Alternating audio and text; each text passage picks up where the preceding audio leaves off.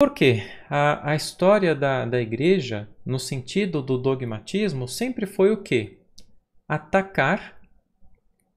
A Bruna falou, bom dia, comecei a assistir a palestra sobre o livro Autonomia. Impressionante. Bruna, que legal, muito bom. A gente fica feliz, eu falo a gente porque eu já vi a Ariane aí. Bom dia, Ariane. A gente acompanhou por muito tempo o Paulo Henrique, a gente chegou a fazer estudos com o Paulo Henrique ao vivo e foi muito bom. Não é que a gente aceite tudo cegamente também, mas o entendimento que ele tem ali, o que ele traz para a gente, é realmente algo libertador, porque demonstra o espiritismo verdadeiro e afasta esses dogmas, né? Que estão aí enfiados na nossa mente. É justamente sobre isso que a gente está falando aqui. Bom dia, Lady. Então, a tradição dogmática da Igreja por muitos séculos foi essa, de atacar qualquer coisa que pudesse ali sensibilizar os seus frágeis dogmas. Matou milhões ou milhares, eu acho que chegou a milhões, né, se eu não me engano. Queimou pessoas. Klaus, que eu nunca lembro o seu nome, obrigado aí. Depois, com o passar do tempo, é lógico, as coisas vão mudando. Hoje em dia, Fernanda, as coisas vão mudando. Então, com o passar do tempo, a igreja, como um conceito geral, e talvez, né, no Brasil, foi ganhando novos ares. E é claro, a gente sabe, o Espiritismo teve sim um grande impacto nisso. Ele teve um papel muito importante nisso. A igreja foi se modificando, não em seus dogmas, os dogmas permanecem lá, a gente é facinho encontrar, mas as pessoas foram modificando a sua forma de entender, o seu ponto de vista, a sua racionalidade, não se submetendo mais cegamente a tudo aquilo. Conforme isso foi acontecendo, os espíritos que encarnam, que aqui encarnam, e que são espíritos que não conseguem ter essa compreensão, que são espíritos que ainda se ligam ao dogma, que ainda preferem viver sob a heteronomia e não sob a autonomia, porque aparentemente parece ser mais fácil. Só um momento.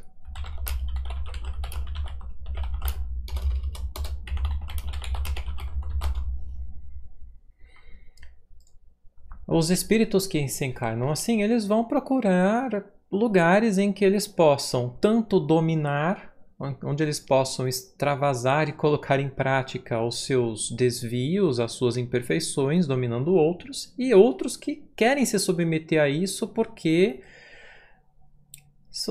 enfim, é a fase deles, né? É o momento deles, enfim. Então começaram a nascer outras religiões derivadas desses mesmos dogmas da Igreja Católica, que hoje também, né, a gente vê por aí afora praticando muita coisa contrária ao Cristo, né? Tem uma parte ali do livro Autonomia, do Paulo Henrique, que eu achei muito sensacional, onde ele fala o seguinte, né? O projeto dogmático é um projeto falido, tá? Eu vou até achar aqui onde ele fala isso, tá? Só um momentinho.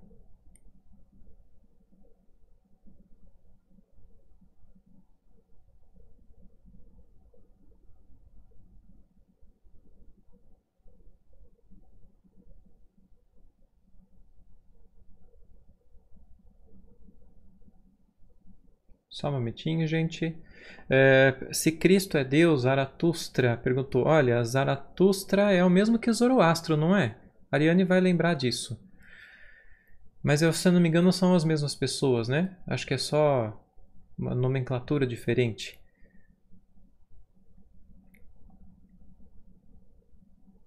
O Zoroastro, Paulo Henrique também fala dele.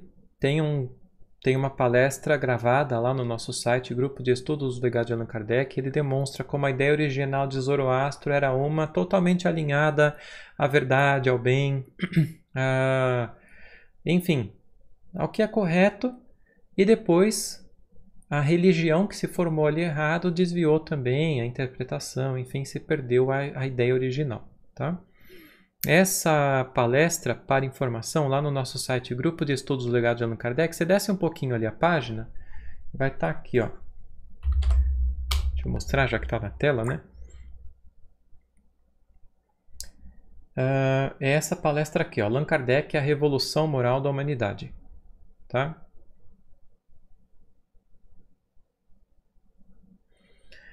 E aqui o que eu queria mostrar para vocês é manter dogmas em tempo de fé. Quer ver que legal?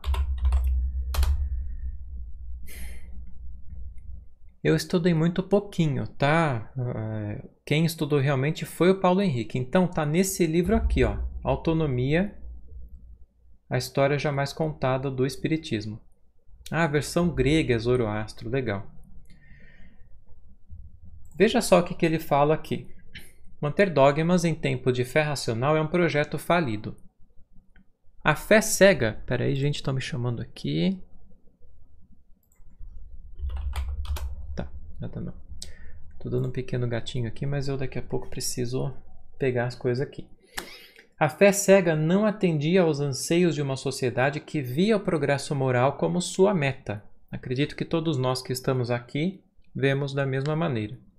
Em 1862, no artigo Consequências da Doutrina da Reencarnação sobre a propagação do Espiritismo, lá na Revista Espírita, Allan Kardec trata primeiramente da falência das religiões por abordarem a vida futura de forma dogmática, mantendo-se retrógradas, estacionadas no pensamento do mundo velho, quando predominava a fé cega. É por isso que o Espiritismo é progressista. Só que ele não é progressista como se entende hoje na questão política. Ele é progressista no sentido científico. Então, o Espiritismo não é conservador, no sentido que a gente entende também. Ele não é conservador. E a gente precisa entender muito bem o Espiritismo para poder se posicionar corretamente e não ficar voando aí ao vento das ideologias, tá bom? Só um comentário. E quando a gente fala ali dos dogmas, a religião, a igreja, por exemplo, ela manteve por muitos séculos os seus dogmas muito ferrenhamente impostos.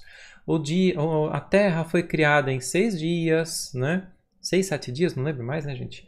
Aí teve ali a questão de Adão e Eva, que foram os primeiros, aí tinha lá a árvore, aí Adão vai lá, pega a fruta proibida, aí ele cai no pecado, aí Deus castiga todo ele e todos os seus filhos por conta daquele pecado, porque ele comeu a maçã, né? Tadinho dele. Nem sabia o que era maçã, né? E veio se formando, aí depois tem a questão ali do dilúvio, né? Com Noé, enfim, toda aquela história. Tudo história alegórica para representar uma verdade. Existe uma verdade no fundo disso, mas que as pessoas tomavam de maneira literal. Faziam disso todo um dogma para manter controle das pessoas. E no que tange ao pós-morte, a Igreja Católica vai dizer que você vai nascer uma vez só, você não existia antes, você é criado no momento do nascimento, você vive uma vida, quando chega no final da sua vida, se você foi bom, né, e tudo mais, você ganha o céu. Se você foi mais ou menos, se você deu umas erradinhas ali, você vai para o purgatório para ver se você se arrepende daquilo, e se você foi mal, se você escolheu fazer o mal, aí Deus te mandaria para o inferno e você fica lá para sempre condenado, né? O que também tem um fundo de verdade, só que isso é simplesmente uma questão da ação da lei divina que age pela consciência do próprio indivíduo ao final de cada vida. Ao final de cada vida, durante a vida também, né? Mas assim, ao final de cada encarnação, seria esse momento, o julgamento, né? Que não é o julgamento final, é o julgamento que a própria pessoa tem sobre si mesma ao final de cada vida. Ela se lança no próprio inferno, ela se lança no próprio purgatório, ou ela se lança ao céu, no sentido figurado, né? De acordo com o que ela fez, com as suas escolhas e tudo mais. Tá? A fragilidade do dogma está no fato de que a ciência, derrubando uma ideia falsa, faz desmoronar toda a doutrina, levando-a ao descrédito. Então é justamente por isso que a Igreja sempre combateu qualquer coisa que pudesse derrubar os seus dogmas. A Igreja, e gente, quando eu estou falando isso, eu não estou criticando quem gosta do catolicismo, quem ainda vai na Igreja, eu estou falando dos dogmas que formaram essa Igreja, né? E trazendo a questão de como esses dogmas, infelizmente, ainda estão presentes aí para algumas pessoas. O dogma católico, ele é uma pirâmide ao contrário, mais ou menos, né? Ou ao invés de uma pirâmide ao contrário, né? Porque se a gente for pensar, ele é. Por quê? Ele está todo firmado sobre a ressurreição e nessa pontinha aqui vem se fazendo uma pirâmide ao contrário, né? Erguendo-a em patamares de ponta cabeça, criando ali um monte de dogmas em cima disso. E se você tira esse pontinho aqui, ela tomba, ela rui, né? Uma outra forma de ver, ao invés de uma pirâmide, seria como uma casa erguida em cima da areia com vários pilares ali bastante podres, tá? Por quê? Quando surge lá, por exemplo, os estudos de Galileu. Galileu vai demonstrar pela ciência que a Terra gira em torno do Sol e não o Sol em torno da Terra. Até então, para a Igreja, para os dogmas da Igreja, era o quê? A Terra era uma pizza, aquela ideia de terra plana, né? Com uma cúpula ao redor, ali onde ficavam presos no firmamento. É daí que vem a palavra firmamento, porque as coisas ficavam firmadas ali. Estrelinhas, lua, enfim, tudo ali firmado ali em volta da Terra, criado por Deus lá durante os 6 dias, né? A Igreja, todo mundo sabe, quase... Eu não lembro se foi fogueira, se era decapitação, o que era que eles iam fazer com o Galileu, mas eles iam matar Galileu. E ele teve que oficialmente abdicar da sua posição, né? Dizendo, no entanto, né, ela se move. A gente sabe muito bem, conhece muito bem essa história, né? Depois vieram as demais, o avanço da ciência. A ciência desenvolveu, pela observação racional da natureza, enfim, desenvolveu a ciência e tudo que a ciência resvalava ali, que tocava num dos dogmas, num dos pilares podres do dogmatismo, era duramente combatido. Só que a Igreja, no final ali, eu não lembro se foi no século XVI, XVII, ela perdeu o seu controle. Ela perdeu a possibilidade de queimar pessoas. Então, no século XVII, para o meados do século XVII, século XVIII e XIX, a ciência começou a se desenvolver, a crescer. E ali, entre o século XVIII e XIX, ela se fortaleceu muito. Então, o ser humano, olhando, de um lado ele tinha como religião o quê? A Igreja. Vamos dizer assim, na Europa tinha o quê? A Igreja. Tinha o catolicismo. Do outro lado tinha a ciência. Ele olhava para a Igreja falava: o mundo nasceu em 6 dias. Ele olhava para a ciência e ele via que o mundo não nasceu em 6 dias. A Igreja falava: a Terra é o centro de tudo. Ele olhava para a ciência e ele via: a Terra não é o centro de tudo. É o Sol que, no nosso, como se entendia daquela época, seria o centro de tudo, né? Enfim, a Terra girava ao redor do Sol. Então, essas coisas começou a fazer com que as pessoas que desenvolviam a razão olhavam para a religião e falavam: a religião é toda uma mentira, a religião não presta, a religião não serve para nada. Então, o que a gente faz? A gente combate a religião. Então, fortaleceu-se ali o materialismo. Veja, de um dogmatismo, que era a religião, nasceu outro dogmatismo, que era a ciência materialista. Eu até entendo a posição deles, porque é o que eu falei. Você vê de um lado, está tudo errado, só ficam insistindo naquelas coisas erradas, queimando, matando pessoas por ameaçar os seus dogmas. Você fala, então eu vou negar tudo, não tem nada. Esse Deus da igreja não existe. E de fato o Deus da igreja não existe, né? Só que aí as pessoas vão para o outro extremo, né? Então Deus não existe. Ali na Revista Espírita a gente tem muito legal ali em 59, alguns artigos lá por setembro, eu acho que é setembro, que são comunicações do espírito de... Fugiu o nome, você lembra aí, Ariane? Vamos lá, Revista Espírita, 59, setembro, Voltaire. Voltaire foi um dos grandes nomes aí da ciência, só que ele combateu muito a igreja, ele combateu muito a própria espiritualidade, porque o que se tinha então era esse predomínio dos dogmas da igreja. Nessas comunicações aqui, ele falando ali, né, Kardec evocando e tudo mais, ele confessa o seu erro, demonstrando que ele estava arrependido, que ele levou muita gente a uma descrença total por aquilo que ele, pela forma como ele combateu aquele dogmatismo da igreja, né? Bom, deixa eu continuar aqui um pouquinho. Então, a fragilidade do dogma está no fato de que a ciência, derrubando uma ideia falsa, faz desmoronar toda a doutrina, levando-a ao descrédito. Muitos dos ateus, eles vêm de onde? Gente, eu vejo isso aqui todo dia, alguém vem e fala isso. Ainda bem que hoje eu sou ateia, eu sou ateu. Por quê? Elas vieram de uma criação dentro de um contexto religioso, a razão desperta e ela vê, isso aqui é um absurdo, isso aqui não pode ser. E aí ela nega tudo, tá?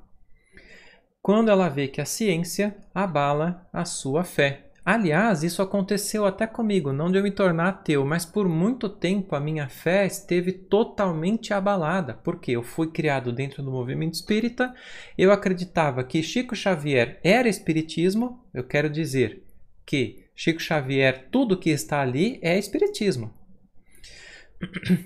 Quando eu vi que existiam erros nas falas, nos ensinamentos do próprio Chico e nos livros, quando eu vi que existiam problemas ali, a minha razão não pôde enfrentar, a minha fé não pôde enfrentar a razão e a minha fé se abalou. De verdade, aquilo foi uma puxada muito grande no meu tapete, né? Depois, quando eu descobri o espiritismo verdadeiro e a gente começou a estudar, aí hoje a minha fé voltou. E a minha fé, ela é totalmente baseada na razão.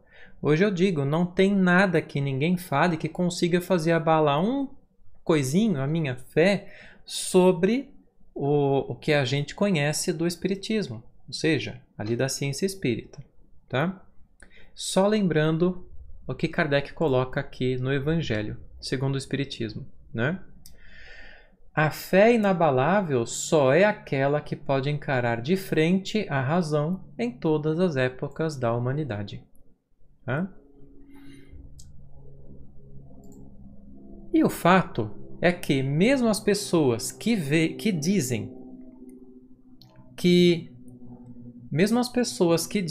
que ela tem toda a fé ali na Bíblia, nos dogmas e tudo mais, muitas delas já têm uma fé abalada, elas só não querem admitir isso. Em que sentido? Elas vão lá, elas vão na igreja, elas comungam, elas fazem de tudo ali, tentando seguir os dogmas, só que de uma maneira externa.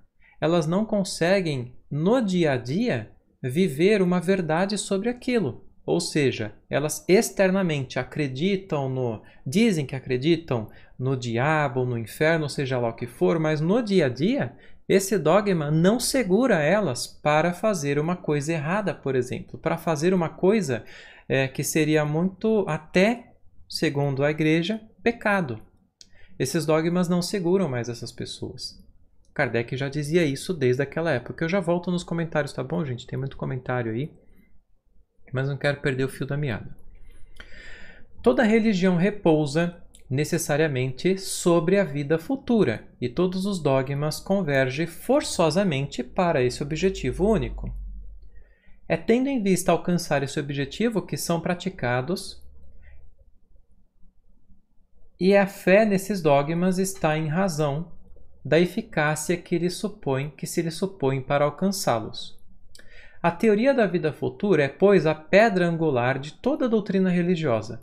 Se essa teoria peca pela base, se abre campo para objeções sérias, se ela mesma se contradiz, se pode demonstrar a impossibilidade de certas partes, tudo desmorona.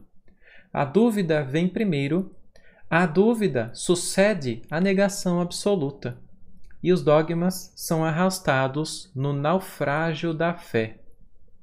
Acreditou-se escapar ao perigo invalidando o livre exame e fazendo-se crer que a fé cega era uma virtude. Mas pretender impor fé cega neste século é desconhecer o tempo em que vivemos. É interessante a gente notar que o século de Kardec, em muitos aspectos, era superior ao nosso século. O racionalismo científico, a liberdade de pensamento, de razão ali, pelo menos nesse sentido, era muito ampla. Hoje em dia, nossa sociedade deu uma regredida. Não como espírito, mas como sociedade. E hoje a fé cega, em muitos pontos, está de volta. Só que ela continua produzindo os mesmos problemas. Ateus e ateias, descrentes, sui ceteras em potencial.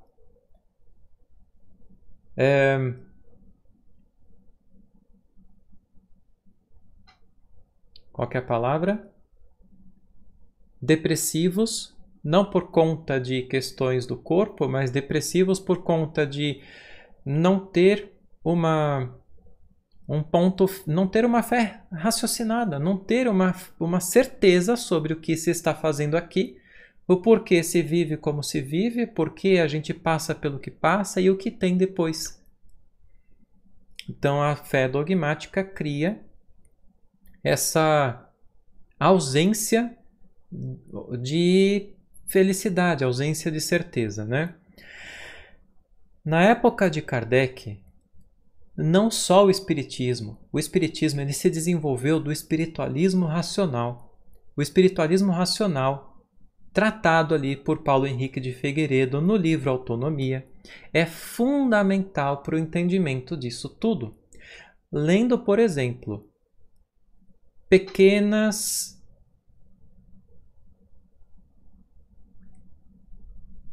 Nossa, minha cabeça está ruim hoje. Pequenos Elementos de Moral. Lembrei. Pequenos Elementos de Moral, de Paul Janet. Você vai ver ali, por exemplo, uma tratativa sobre a moral, não no sentido religioso, não no sentido de uma imposição, mas a moral desenvolvida do raciocínio, do entendimento humano sobre a lei divina. Qual que era o ponto aqui? Você tinha ali, esse era o ponto, você tinha ali, já no espiritualismo racional, o desenvolvimento do entendimento, por exemplo, de que você tem emoções no corpo chamadas de paixões, medo, alegria, tristeza, nojo e não lembro mais o que. E você tem as coisas as sensações da alma, do espírito. Emoções no corpo, sensações no espírito. Um espírito feliz pode viver uma tristeza. Um espírito infeliz pode viver alegrias. São emoções. Por que eu estou dizendo isso? Depois, isso se fundamenta pelo Espiritismo, isso é demonstrado de maneira muito larga e isso se perdeu. Hoje em dia, a vasta maioria da sociedade, como eu também não sabia, a distinção dessas coisas. Outra coisa, a gente não sabe que existe uma distinção entre educação e entre instrução. Instrução seria o aprendizado da matemática, do português, de tudo mais. Educação dizia sentido da questão moral. Hoje em dia, tudo se misturou, tudo se misturou numa coisa só. Por que eu estou falando isso? A nossa sociedade hoje, ela vive para o materialismo.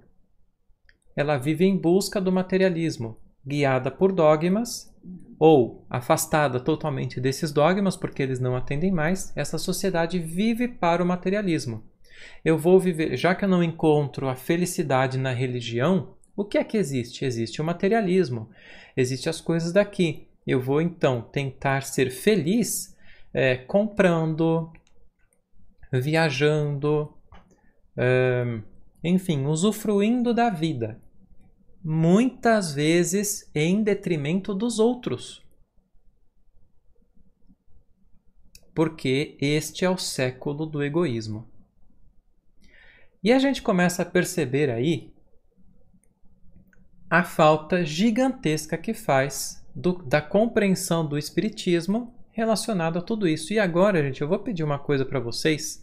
Não é porque sou eu que estou dizendo, eu estou repetindo aqui o que está no Espiritismo, eu estou repetindo aqui o que o Paulo Henrique repete. Eu vou depois baixar essa live e postar lá no YouTube. Por favor, tentem compartilhar. Tentem fazer isso chegar a mais pessoas. Ou que não seja essa live, que vocês peguem lá no nosso site, pesquisem, encontrem esses conteúdos e compartilhem. A gente precisa compartilhar tudo isso. A gente precisa. Cada um precisa fazer a sua parte, se a gente não quer viver mais no século do egoísmo, né? Eu vou colocar aqui na tela. O livro é este aqui, tá? Na Amazon tem ele impresso, capa comum, R$ 61,00. Tem também no Kindle, R$ 24,90, tá? Autonomia, a história jamais contada do Espiritismo. Deixa eu pegar mais um pouquinho aqui. A tentativa de manter os dogmas em tempos de fé racional é um projeto falido pela própria natureza do progresso da humanidade. A insistência em manter histórias de diabos, chamas e penas eternas no terreno da vida futura é a própria causa da incredulidade que afasta indivíduos que primam pela racionalidade. E aqui eu chego num ponto crucial. Isso invadiu o movimento espírita também. O movimento espírita está se esvaziando pelas mesmas razões, pelo dogma, pela fé cega. Toda essa dogmatização materialista a respeito de cidades no mundo espiritual, de umbral, de não sei o que são os mesmos dogmas oriundos do dogma católico, transportados para o movimento espírita pela aceitação cega de ideias de certos espíritos que, por ilusão ou não, repetiram essas ideias moldadas ao espiritismo, mas adulterando o verdadeiro espiritismo. Todas essas ideias compuseram por décadas o movimento espírita, tomaram o movimento espírita por todo. E é por conta disso que o movimento espírita está vazio. Vocês só vão encontrar centros espíritas cheios quando eles são o quê? Misticistas. O misticismo ele ainda atrai as pessoas. Por alguma razão as pessoas gostam de um misticismo. Então, quanto mais misticista é um centro, mais ele vai estar cheio. Infelizmente, centro espírita cheio hoje não é um bom sinal. Infelizmente. Tá? E aí, a gente vai ter o seguinte problema, né? A falta de compreensão do que é o espiritismo. Vejam, eu passei aqui por toda a questão dos dogmas, inclusive, né, relembrando, os próprios dogmáticos das religiões contrariam Jesus, não conhecem Jesus. Os próprios dogmas, a própria Igreja Católica é uma contrariação do verdadeiro cristianismo, dos ensinamentos de Jesus. E hoje, o movimento espírita é uma contrariação do verdadeiro espiritismo em quase tudo. Por quê? Porque assim como as pessoas que são dogmáticas hoje não compreendem de onde vem essa distorção ao longo do tempo, não sabem que concílios papais adulteraram a Bíblia, impuseram dogmas, restringiram a fé, excomungaram pessoas, né? Do mesmo jeito, o movimento espírita de hoje, que não estuda, não investiga, não sabe que, num espaço bem menor de tempo, é claro, o movimento espírita foi formado aqui no Brasil por uma adulteração do espiritismo, por uma distorção causada por religiosos que tomaram a Federação Espírita desde 1895. O movimento espírita, que idolatra espíritos como, por exemplo, de Adolfo Bezerra de Menezes, não sabe que Bezerra de Menezes era rostanguista e que foi quando ele assumiu a FEB que vieram com ele esses mesmos religiosos dogmáticos, que tomaram a FEB e moldaram ela à sua igrejinha. Isso contaminou o movimento espírita. Isso contrariou toda a ciência espírita. Isso tirou o pilar fundamental da ciência espírita, que é a não aceitação cega de absolutamente nada. Esse é o pilar de toda a ciência espírita, de toda a ciência, na verdade. A ciência espírita ela se desenvolveu pela metodologia científica na comparação das comunicações espíritas de todo tipo de espírito dada por toda parte, submetendo a razão frente ao nosso conhecimento científico. Desde o momento em que a FEB disse: vejam, esta aqui é uma nova obra produzida pelo espírito de André Luiz. Tomem. E o movimento espírita tomou, leu aquele romance e sistematizou. Pronto. Acabou o movimento espírita. Desde o momento em que se imprimiu ali, por exemplo, o Consolador, e o movimento espírita não teve o conhecimento do espiritismo para racionalizar sobre aquilo e ver Emmanuel contrariando a ciência espírita, Emmanuel alegadamente, a gente não sabe que espírito que foi aquele, não sabe se foi o próprio Emmanuel, se foi um outro ali dando o nome de Emmanuel, mas desde que isso foi aceito cegamente, desde que se aceitou Emmanuel dizendo não deve evocar os espíritos, pronto, acabou-se o movimento espírita. Então a gente chega hoje a esse cenário de coisas em que não existe espiritismo dentro do movimento espírita. E se a gente quer realmente compreender esse movimento espírita, a gente tem que adotar uma postura séria, firme.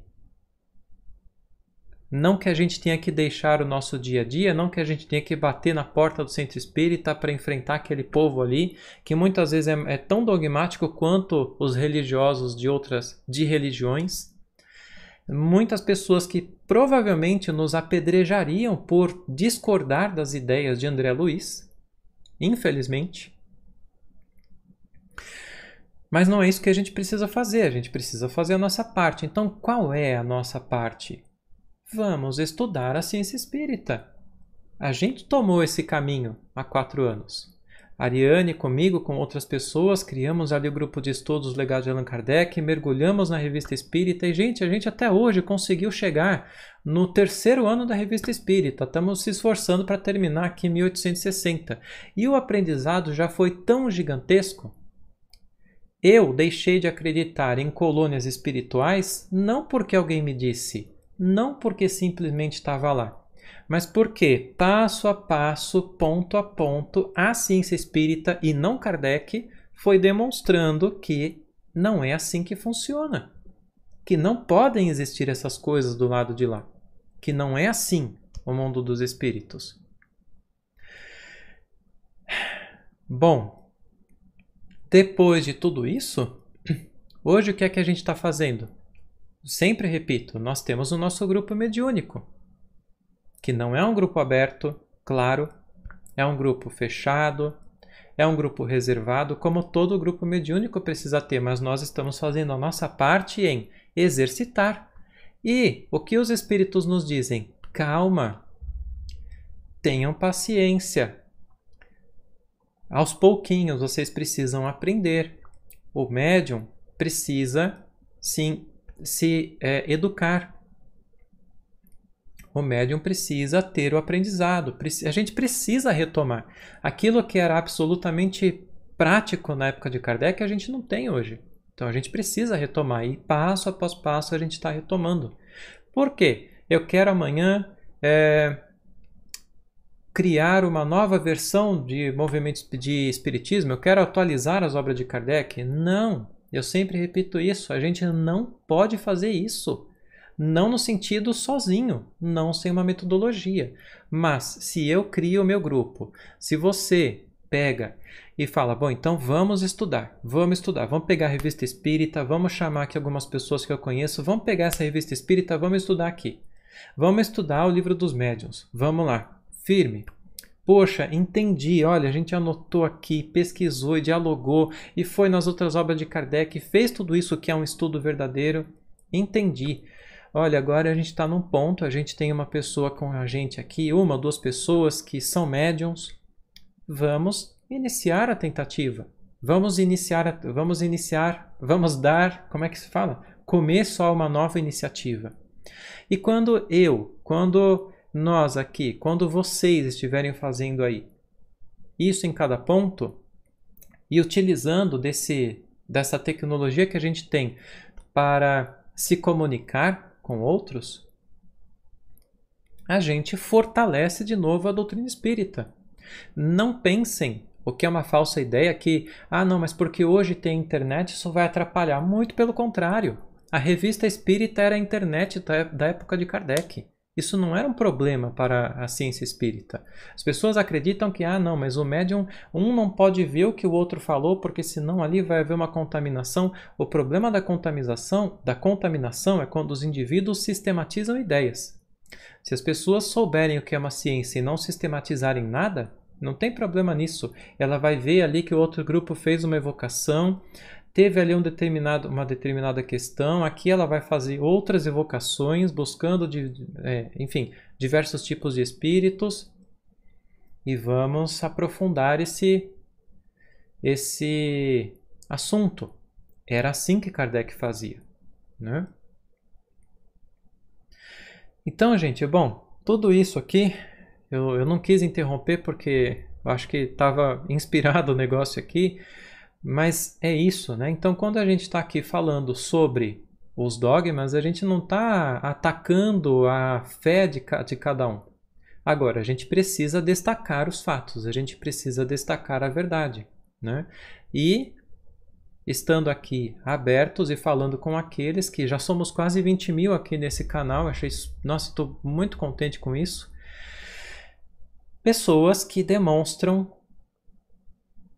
um grande ou uma mínima vontade, uma grande vontade ali de raciocinar, de pensar por si próprias, de investigar, né? Que estão cansadas do nada como resposta para tudo, né?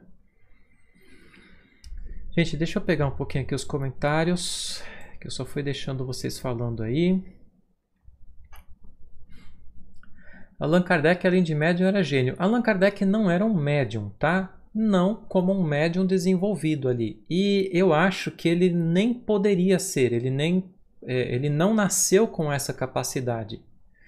Porque isso poderia talvez atrapalhar os seus pensamentos, seus estudos, né? Enfim, ele era inspirado, é claro que ele era inspirado, como todos nós somos, por bons ou maus espíritos. Mas ele não era um médium apropriadamente como a gente entende, tá? O senhor acha que Jesus... Não precisa me chamar de senhor, tá? Meu cabelo ainda tá pretinho aqui, a barba tá começando a ficar branca, mas enfim. O senhor acha que Jesus poderia reencarnar? Se ele quiser. Essa é a diferença. Os espíritos puros não precisam mais da encarnação para o seu adiantamento. Então eles encarnam quando eles querem para cumprir missões, tá? Jesus reencarnou entre nós da mesma maneira. Se ele quereria reencarnar, não sei. O fato é que se ele reencarnasse hoje entre nós, ele seria morto do mesmo jeito. De alguma maneira, ele ia acabar morto. Tá?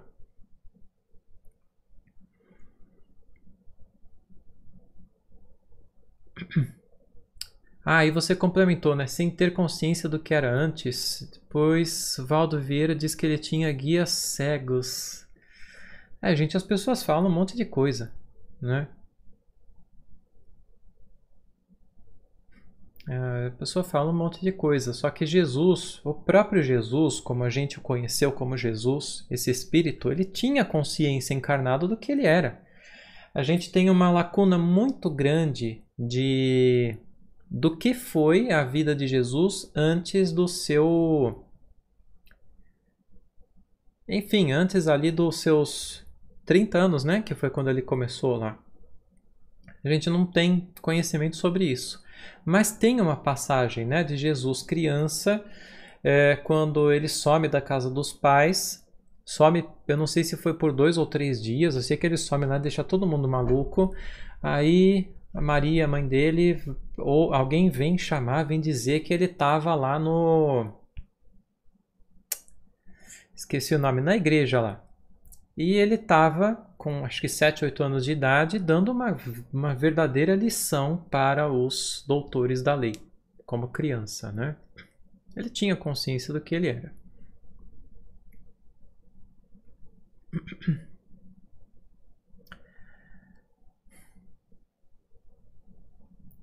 Thalita falou, meu marido era ateu, depois que conheceu a doutrina passou a ter fé. Thalita, que legal ouvir isso. O problema é quando a pessoa se deixa dominar pelo orgulho, quando ela acha que ela já sabe de tudo e ela não se abre para nada. O seu marido teve uma coisa que talvez seja rara neste século, né? Que é a humildade. Humildade de falar, você está me trazendo uma coisa? Tá bom, vamos ver o que é que você tem aí, né? E é isso.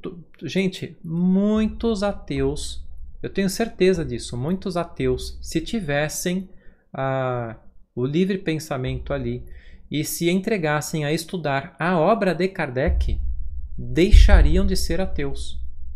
Como acontecia na época de Kardec também, tá? Porque ela é racional. A Bruna falou que o marido dela também é ateu, está mostrando as lives do Paulo para ver se ressuscita alguma fé dele. Que legal, Bruna. Que legal. O ateísmo, ele é quase sempre isso. Gente, a religião não tem nada que preste, então eu vou me tornar ateu, porque esse Deus da religião não existe. Quando você pega e mostra Deus, não é isso. Racionalmente, Deus não pode ser isso. Eu estou com você, Deus não pode ser isso. Eu estou com você. Esses dogmas aqui, realmente, eles não têm sentido. O que diz a razão é outra coisa, né? Muitas dessas pessoas dão um passinho, nossa, que legal, agora eu me encontrei, né? Mas o ponto importante é tomar o cuidado de se encontrar ou de apresentar realmente o verdadeiro espiritismo e não de apresentar uma outra variante dos dogmas de fé, que é o que está no movimento espírita hoje, tá?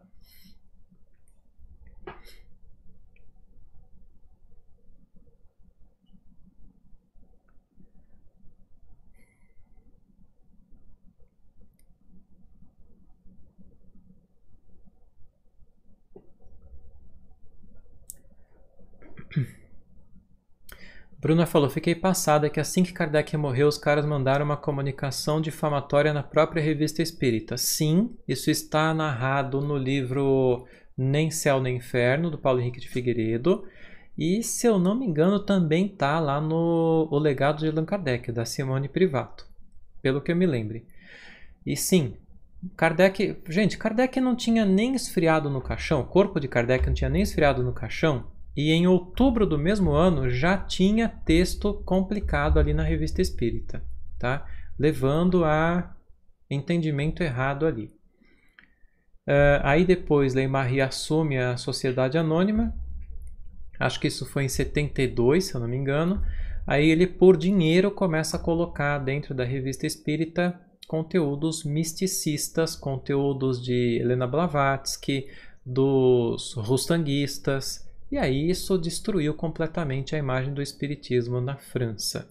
Juntou com a questão da guerra, Juntou com a questão de depois o senhor Leimarie ter sido processado porque ele estava colocando na revista, estava fazendo anúncios na revista espírita de um fulano que se dizia médium e que fazia fotos com os mortos. Ele é desmascarado, Leimarie vai junto na dança e aquilo ficou conhecido como processo dos espíritas. Isso acabou com a imagem que se tinha do espiritismo na França. Tá? Lembrando, a França naquele momento ainda era um país absolutamente racional, era o foco da ciência. Então qualquer coisa que demonstrasse que não era racional era sumariamente apagado por eles, né? Descartado. E isso inclusive, né? Se as pessoas tivessem um pouquinho de racionalidade e estudassem, elas veriam. Essa é justamente a razão do espiritismo ter se proliferado de uma forma tão espantosa naquela época e de depois ter sido esquecido. Tá?